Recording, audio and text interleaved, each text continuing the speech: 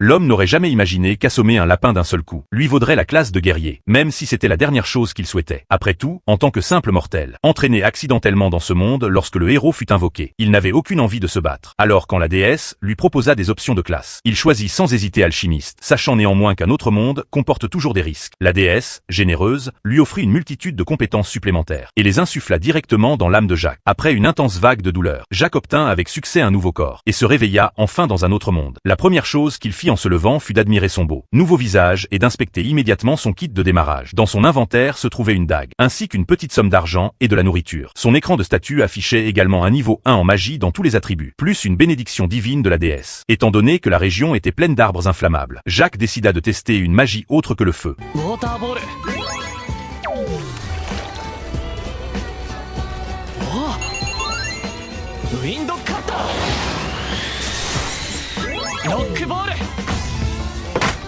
Après quelques expériences simples, il eut enfin l'impression d'être vraiment dans un autre monde et, tout en explorant son aux alentours, une bûche tombée au bord de la route attira soudain son attention. Après l'avoir examinée, Jacques découvrit qu'il s'agissait d'un matériau de grande qualité appelé bois de trine. Il utilisa alors son talent d'artisan pour la façonner en une lance. Il enroula la dague autour du manche et en un clin d'œil, la lance était terminée. Jacques tourna ensuite son attention vers les alentours et, effectivement, toutes sortes de matériaux d'alchimie se trouvaient à proximité. Après avoir creusé la zone presque jusqu'à la roche-mère, Jacques avait rassemblé assez de matériaux pour le début du jeu, mais à ce moment-là, une fille soudainement cria à l'aide et courut derrière lui, poursuivi par le célèbre monstre de glace, le lapin cornu. Instinctivement, Jacques empoigna sa lance. Sans lui laisser le temps de se préparer, le lapin cornu chargea droit sur lui.